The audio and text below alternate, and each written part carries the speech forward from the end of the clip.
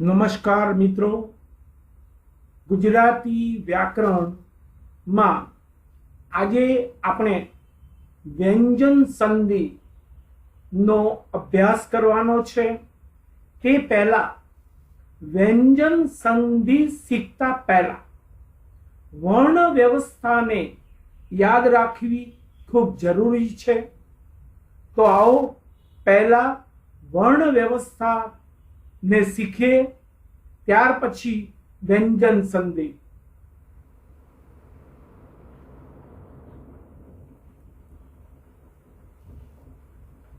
व्यंजन संधि बे व्यंजनों के व्यंजन अने स्वरनु जोडाण थाय एने व्यंजन संधि कहे छे।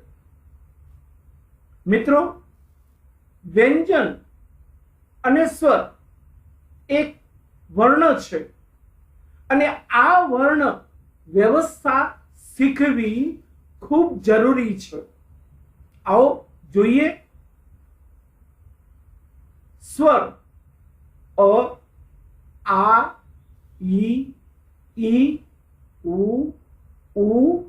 ए, ऐ, ओ, औ अने रु आ छे स्वर। व्यंजन क, ख, ग, ग, अंग च, छ, ज, ज, ज,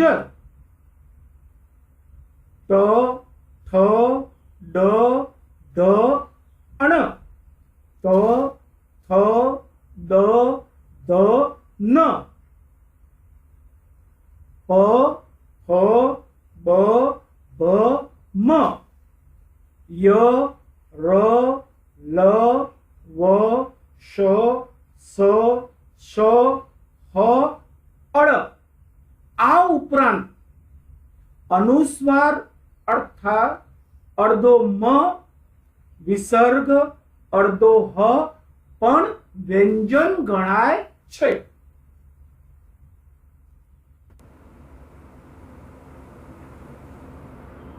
मित्रों, व्यंजनों चौक्कस स्थान नक्की करवामां आव्युं छे। आओ जोईए। पहलू वर्गीय व्यंजनों। क वर्ग में क, ख, ग, ग अने अंग। च वर्ग में च, छ, ज, ज अने ज। त वर्ग में त, थ, ड, ढ, अण। त वर्ग में त, थ, द, ध, न। अने प वर्ग में प, फ, ब, भ, म। तो मित्रों, आ छे वर्गीय व्यंजनों।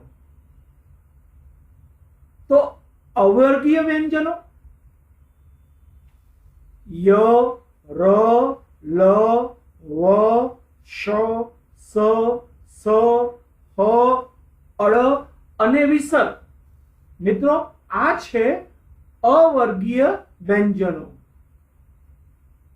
अनुनासिक व्यंजनों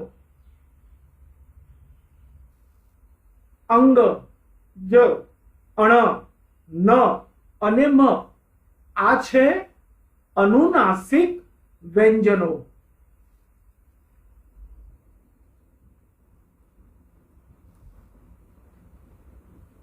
अघोष व्यंजन क, ख, च, छ, ट, ठ, त, थ, प अने फ। मित्रों, वर्गीय व्यंजनना दरेक वर्गनो पहलो अने बीजो वर्ण अघोष व्यंजन छे। आ उपरांत अवर्गीय व्यंजनना स, श, स, अड़ અને વિસર્ગ તે અઘોષ વ્યંજન છે. ઘોષ વ્યંજનો ગ, ગ, અંગ, જ, જ, જ, ટ, ઠ, અણ, દ, દ, ન, બ, ભ, મ આ વર્ગીય વ્યંજનના દરેક વર્ગનો ત્રીજો, ચોથો અને પાંચમો વર્ણ ઘોષ વ્યંજન છે. આ ઉપરાંત અવર્ગીય વ્યંજનના ય, ર, લ, વ, હ તે પણ ઘોષ વ્યંજન છે. મિત્રો, ઉપરોક્ત વર્ણ વ્યવસ્થાનો ખ્યાલ આવી જાય એટલે સમજવું કે વ્યંજન સંધિનો વિગ્રહ કરવાનું અને સંધિને જોડવાનું સરળ બની જાય. મિત્રો, હવે પછીના એકમમાં આપણે વ્યંજન સંધિ નો અભ્યાસ કરીશું.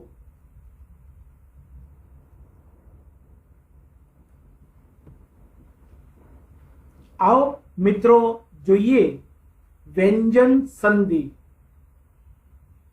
અનુનાસિક સિવાયના વર્ગીય વ્યંજન પછી સ્વર કે ઘોષ વ્યંજન આવે તો આગલા વ્યંજનને સ્થાને તેના જ વર્ગનો ત્રીજો વ્યંજન મુકાય છે. મિત્રો, બાજુમાં અઘોષ અને ઘોષ વ્યંજનો જે વર્ગીય વ્યંજનો છે તે મૂક્યા છે. જરા ધ્યાન રાખજો. જો આપની સામે ઉદાહરણ મૂક્યું છે જગત વત્તા ઈશ, જગદીશ. સત વત્તા બુદ્ધિ, સદ બુદ્ધિ. સત વત્તા આચાર, સદાચાર. સત ચિત વત્તા આનંદ, ચિદાનંદ. દિક વત્તા અંત, દિગંત. તો મિત્રો, આ છે વ્યંજન સંધિનો પહેલો નિયમ.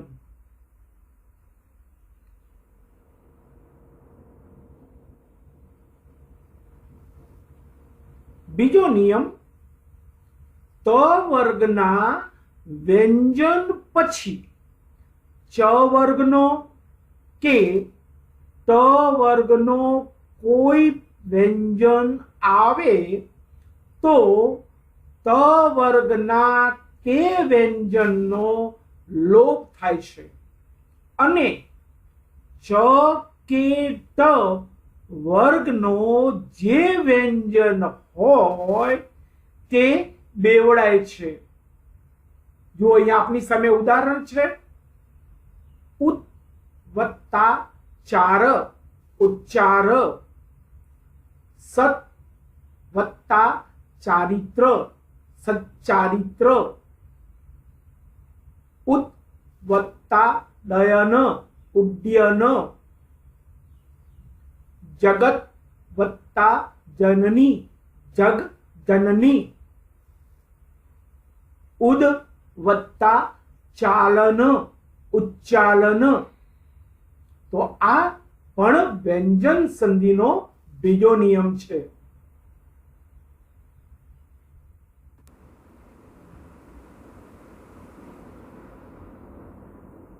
નિયમ શબ્દને અંતે મ પછી વર્ગીય વ્યંજન કે અવર્ગીય વ્યંજન આવે તો મનો અનુસ્વાર થાય.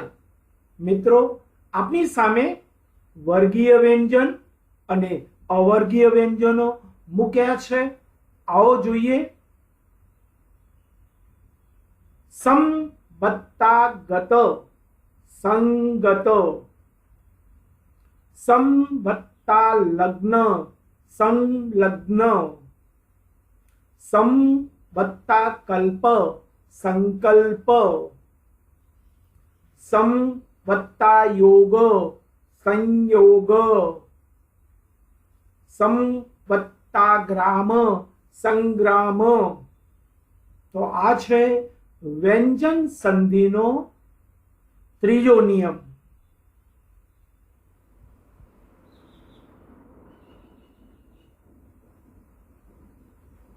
નિયમ શબ્દને અંતે મ પછી સ્વર આવે તો તે સ્વર મની સાથે ભળી જાય છે. આપની સામે સ્વરો મૂક્યા છે, આવો જોઈએ ઉદાહરણ. સમ વત્તા આગમ સમાગમ, સમ વત્તા અક્ષ સમક્ષ,